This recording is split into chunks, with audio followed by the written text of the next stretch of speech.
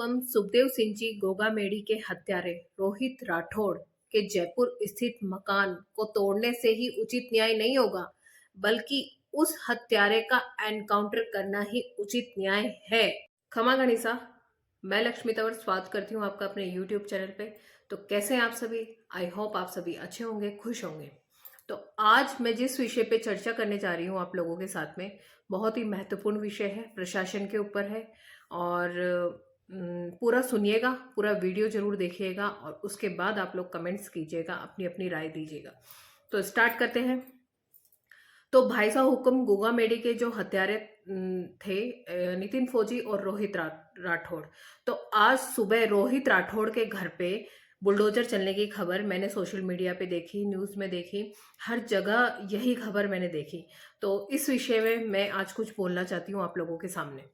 तो हमारे देश का कानून ऐसा है कि हर अपराधी को सजा मिलनी चाहिए। हमारे देश की यही कानून व्यवस्था है और जितना बड़ा दंड उतनी ही बड़ी सजा होनी चाहिए। चलिए मान लेते हैं।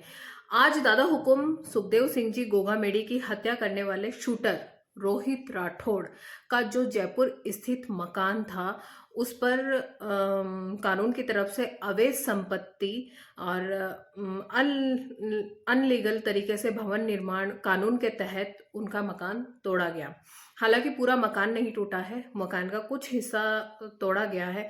हम मानते हैं कि हमारे देश की कानून व्यवस्था अवैध तरीके के भवन निर्माण पर बुलडोजर चलाने का कानून व्यवस्था है हमारे देश में, कि जो संपत्ति अवैध होगी उस पर बुलडोजर चलाने का कानून है। पर कुछ वायरल वीडियो और मीडिया की जो खबरों से मैंने जाना है, मैंने देखा है, उसमें मुझे समझ में आता है कि बिना नोटिस के वो मकान तोड़ा गया। चलो मान लेते हैं कि अपराधियों की संपत्ति पे कोई नोटिस देकर बुलडोजर नहीं चलाया जाता।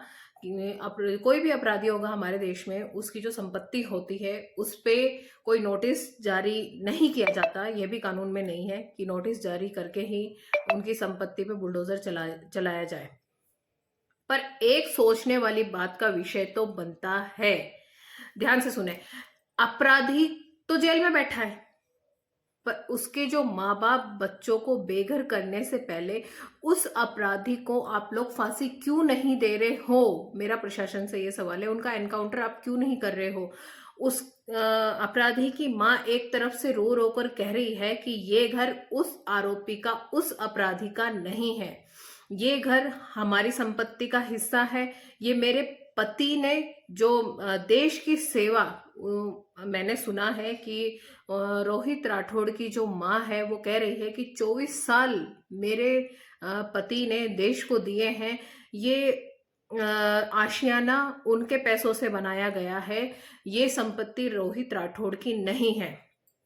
हम मानते हैं कि कानून की किताबों में भावनाओं की भी कोई कदर नहीं है। चलो मान लेते हैं कि इस तरह से प्रशासन द्वारा अचानक किसी के घर पे बिना नोटिस के बुलडोजर चलाना, ध्यान से सुनना, ऐसे अचानक किसी के भी घर पे बुलडोजर चलाना एक नई अपराधी और अपराधियों को, अपराध और अपराधियों को जन्म देता है। तो उन पर इसका जो प्रभाव है वो बहुत बुरा पड़ सकता है। जो वो बच्चे मैंने वीडियो में देखे, बच्चे रो रहे हैं, बिलख रहे हैं, तो उन बच्चों पे जो इसका प्रभाव है वो बहुत बुरा पड़ सकता है। जो उनका भविष्य है वो अंधकारमय हो सकता है। उन बच्चों में अपराध करने की जो अपराध करने का जो अपराध करने की प्रक्रिया और उनमें जागृत होगी और वो अपराधी बनेंगे। और इस तरीके से सरकार जो कर रही है, ये उन बच्चों को अपराध, उनके मन में एक अपराध का घर हो चुका है। और वो बच्चे जो रो रहे हैं, बिलख रहे हैं, क्या वो उनका भविष्य एक उज्जवल भविष्य हो सकता है? उनके मन में तो सरकार के खिलाफ, प्रशासन के खिलाफ, देश के खिलाफ एक घृणा भर चुकी है, वो नफरत करने लग गए होंगे अभी तक सरकार प्रशासन से, जो ये अचानक उनके घर पे ऐसा बुलडोजर और ये सब। हालांकि मैं इस चीज को ज्यादा नहीं बताऊंगी, क्योंकि अचानक अगर कोई चीज हमारे सामने होती है तो उसका बुरा प्रभाव हमारे ऊपर भी पड़ता है। बिना नोटिस जारी करे, बिना उनको बताए अचानक से उनको बेघर करना, ये भी सही नहीं है। तो रोहित राठौड़, वो घर कोई रोहित राठौड़ के अपराध का तो अड्डा था नहीं, जो प्रशासन ने ये सब किया। प्रशासन की न्याय व्यवस्था पे हम उंगली नहीं उठा रहे, प्रशासन की न्याय व्यवस्था पे मैं उंगली नहीं उठा रही हूं, लेकिन इतना तो हम कह सकते हैं कि अपराधियों को फांसी देने के बजाय उसके परिवार को बेघर करने से एक नए अपराधी का और नए अपराध का जन्म होता है। उसका घर तोड़ने से अपराध खत्म नहीं होता है। रोहित राठौड़ का घर तोड़ने से रोहित राठौड़ का और नितिन फौजी का और जो भी इनकी पूरी टीम है, उनका अपराध खत्म नहीं होता है। अपराधी को कठोर से कठोर सजा, सजा सिर्फ फांसी या एनकाउंटर, इस तरह की सजा मिलने से ही अपराध खत्म होता है। इस तरह की कार्रवाई से तो प्रशासन ने जो ये कार्रवाई करी है, बुलडोजर, अचानक बुलडोजर पहुंचा दिया घर पे और घर तोड़ने लग गए, तो इससे तो यही प्रतीत होता है कि प्रशासन जनता का ध्यान भटका रही है और उचित कार्रवाई से जनता को मतलब नहीं कर रही है, और जनता को मतलब ऐसा बता रही है कि हाँ, हमारे द्वारा कार्रवाई की जा रही है। तो आम जनता का ये सिर्फ ध्यान भटकाना है। आरोपी का अपराध जब साबित हो चुका है कि सरेआम दिख रहा है कि शूटर ने भाई साहब हुक्म सुखदेव सिंह जी को गोली मारी है, उसके बावजूद तो उसको उचित दंड की कोई सजा नहीं दी जा रही, कोई फांसी नहीं, कोई एनकाउंटर नहीं, बल्कि उस अपराधी का घर तोड़ा जा रहा है।